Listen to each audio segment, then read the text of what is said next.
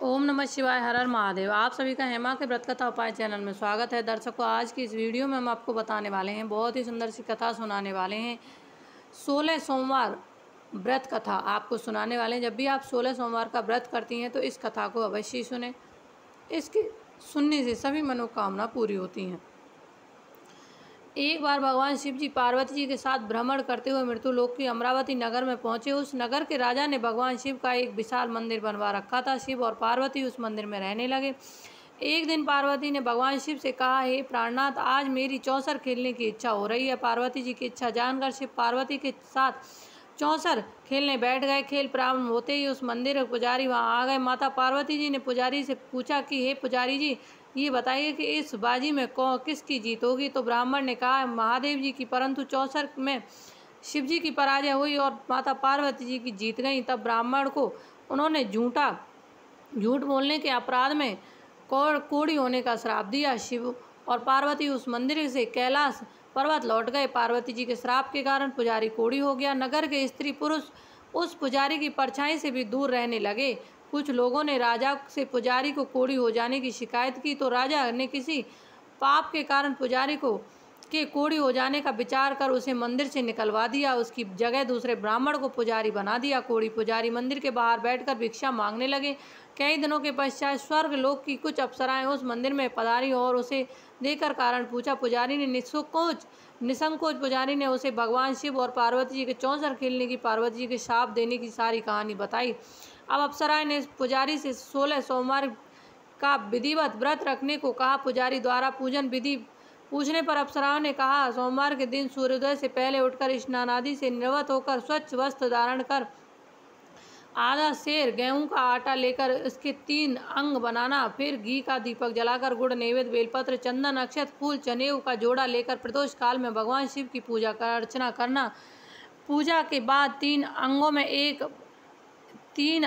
एक अंग भगवान शिव को अर्पण करके एक आप ग्रहण करना। शेष 2 भागों को भगवान का प्रसाद मानकर वह उपस्थित स्त्री पुरुषों और बच्चों को बांट देना। इस तरह व्रत करते हुए जब 16 सोमवार बीत जाएं तो 17वें सोमवार को 1 पाव आटे की बाटी बनाकर उसमें घी और गुड़ मिलाकर चूरमा बनाना। फिर भगवान शिव को भोग लगाकर वहां उपस्थित स्त्री पुरुष और बच्चों को प्रसाद बांट देना। इस तरह 16 सोमवार व्रत करने और व्रत कथा सुनने से भगवान शिव तुम्हारे कोढ़ होने का नष्ट कर देंगे, तुम्हारी सभी मनोकामना पूरी कर देंगे। इतना कहकर अप्सराएं स्वर्ग लोक को चली गईं। पुजारी ने अप्सरा के कथा अनुसार 16 सोमवार का विधि विधत पूजन व्रत किया। फलस्वरूप भगवान शिव की अनुकंपा से उसका कोढ़ नष्ट हो गया। राजा ने उसे फिर मंदिर का पुजारी बना दिया। फिर वह मंदिर में भगवान शिव की पूजा अर्चना करता आनंद से जीवन व्यतीत करने लगा। कुछ दिन बाद पुनः पृथ्वी का भ्रमण करते हुए भगवान शिव और पार्वती उस मंदिर में पधारे।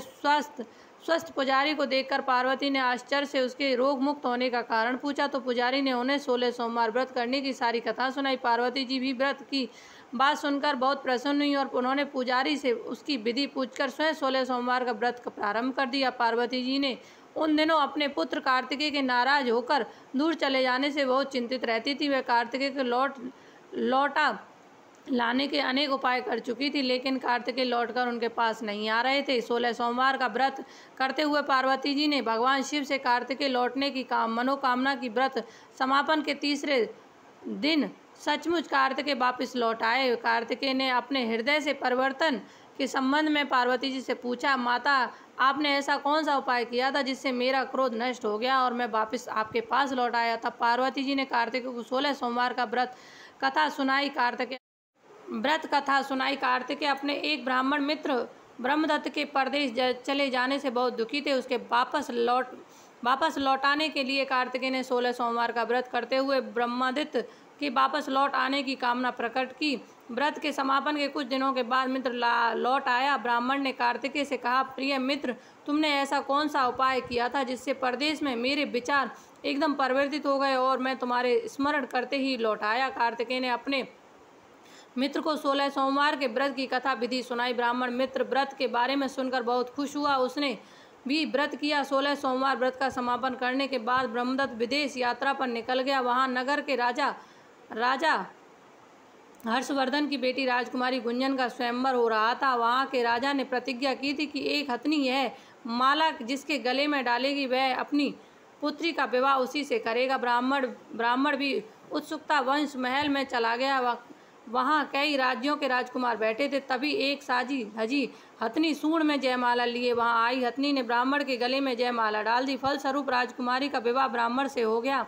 एक दिन उसकी पत्नी ने पूछा, प्राणनाथ, आपने कौन सा शुभ कार्य किया था जो उस हथनी ने राजकुमार को छोड़कर आपके गले में जयमाला डाल दी? ब्राह्मण ने 16 सोमवार व्रत की विधि बताई। अपने पति से 16 सोमवार का महत्व जानकर राजकुमारी ने पुत्र की इच्छा से 16 सोमवार का व्रत किया। निश्चय समय पर भगवान शिव की अनुकंपा से राजकुमारी के एक सुंदर, सुशील व स्वस्थ पुत्र पैदा हुआ। पुत्र का नामकरण गोपाल के रूप में हुआ।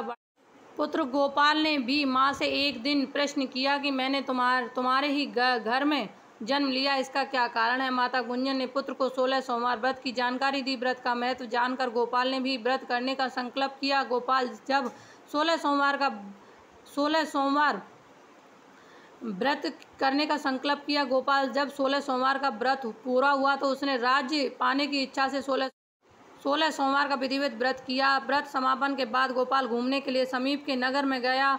वहाँ के वृद्ध राजा ने गोपाल को पसंद किया और बहुत धूमधाम से अपनी पुत्री राजकुमारी मंगला का विवाह गोपाल के साथ करा दिया। 16 सोमवार के व्रत करने से गोपाल महल में पहुंचकर आनंद से रहने लगा। 2 वर्ष बाद वृद्ध राजा का निधन हो गया तो गोपाल को उस नगर का राजा बना दिया। इस तरह 16 सोमवार व्रत करने से गोपाल की राज्य पाने की इच्छा पूर्ण हो गई। राजा बनने के बाद भी विधिवत 16 सोमवार का व्रत करता रहा।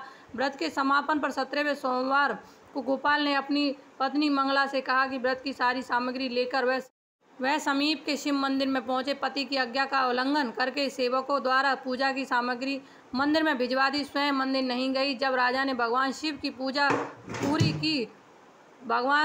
पूरी की तो आकाशवाणी हुई, हे राजन, तेरी रानी ने 16 सोमवार व्रत का अनादर किया है, सो रानी को महल से निकाल दे, नहीं तो तेरा सब वैभव नष्ट हो जाएगा। आकाशवाणी सुनकर उसने तुरंत महल में जाकर अपने सैनिकों को आदेश दिया और रानी को महल से निकलवा दिया। सैनिकों ने राजा की आज्ञा का पालन करते हुए उसे तत्काल ही महल से निकाल फेंका। रानी भूखी प्यासी उस नगर में भटकने लगी। रानी को उस नगर में एक बुढ़िया मिली। वह बुढ़िया सूत कतकर बाजार में बेचने जा रही थी, लेकिन उस बुढ़िया से सूत उठा नहीं जा रहा था। बुढ़िया ने रानी से कहा, तेरी बेटी, यदि तुम मेरे सूत उठाकर बाजार तक पहुंचा दो और सूत बेचने में मेरी मदद करो तो मैं तुम्हें धन दूंगी। रानी ने बुढ़िया की बात मान ली, लेकिन जैसी ही रानी ने सूत की गठरी पकड़ी, हाथ लगाया, तभी जोर की आंधी चली और गठरी खुल जाने से सारा सूत उछड़ गया। बुढ़िया ने उसे फटकार कर भगा दिया। रानी चलते चलते नगर में एक तेली के घर पहुंच गई। उस तेली ने तरस खाकर रानी को घर में रखने लिए एक तेली के घर पहुंची। उस तेली ने तरस खाकर रानी को घर में रहने के लिए कह दिया, लेकिन तभी भगवान शिव को प्रकोप से तेली के तेल से भरे मटके एक एक करके फूटने लगे। तेली ने भी रानी को भगा दिया। भूखी प्यासी व्याकुल रहने रानी वहां से आगे की ओर चली तो रानी ने एक नदी पर जल पीकर अपनी प्यास शांत करनी चाहिए तो नदी का जल उसके स्पर्श से सूख गया। अब अपने भाग्य को कोसती हुई आगे चलने लगी। चलते चलते रानी एक जंगल में पहुंची। उस जंगल में एक तालाब था जिसमें निर्मल जल भरा हुआ था। निर्मल जल देखकर रानी प्यास तेज हो गई। जल पीने लगी। रानी तालाब की सीढ़ियां उतरकर जैसे ही जल को स्पर्श किया तभी उस जल को असंख्य कीड़े उत्पन्न हो गए। रानी ने दुखी होकर उस गंदे जल को पीकर अपनी प्यास शांत की। रानी ने एक पेड़ की छाया में बैठकर कुछ देर आराम किया करना चाहा था। उस पेड़ के पत्ते पल भर में सूख के बिखर गए। रानी दूसरे पेड़ के नीचे जाकर बैठी। पेड़ के पत्ते वहां से भी सूख गए। वन और सरोवर की यह दशा देखकर वह ग्वालों के बहुत हैरान हुई। ग्वालों रानी को समीप मंदिर में पुजारी जी के पास ले गए। रानी के चेहरे को देखकर पुजारी जान गया कि रानी अवश्य किसी बड़े घर की भाग्य के कारण दर दर भटक रही है। पुजारी ने रानी से कहा, पुत्री, तुम कौन सी चिंता में हो? मेरे साथ इस मंदिर में रहो, कुछ ही दिनों में सब ठीक हो जाएगा। पुजारी की बातें रानी को बहुत शांति मिली।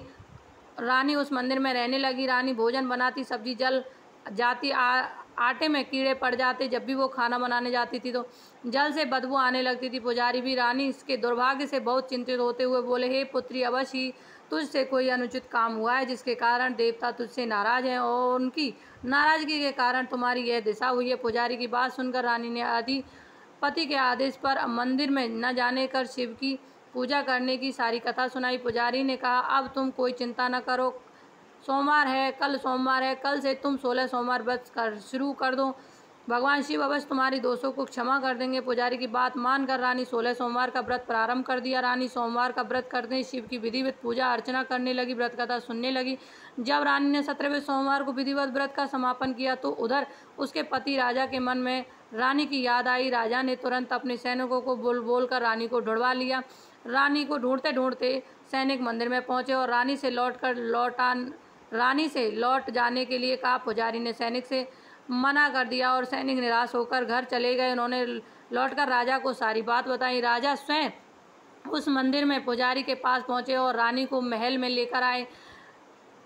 राजा के साथ रानी महल में बहुत खुशी पूर्वक रहने लगी। रानी 16 सोमवार का व्रत करते हुए रानी महल में आकर 16 सोमवार का व्रत करने लगी। रानी 16 सोमवार का व्रत करते हुए महल में आनंद पूर्वक रहने लगी। भगवान शिव अनुकंपा से उसके जीवन में सुख ही सुख रहने लगा। 16 सोमवार के व्रत करने और कथा सुनने से मनुष्य की सभी मनोकामना पूरी होती हैं और जीवन में किसी तरह की कमी नहीं रहती। स्त्री पुरुष आनंद पूर्वक जीवन यापन करते हुए मोक्ष को प्राप्त करते हैं। 16 सोमवार की व्रत कथा बहुत ही सुंदर है ये, और ये 16 सोमवार आप रखते हैं तो ये इस कथा को आपको अवश्य ही सुनना चाहिए। अगर आप 16 सोमवार का व्रत भी नहीं रखते हैं तो सोमवार के दिन इस कथा को अगर सुनते हैं, सभी सुख आप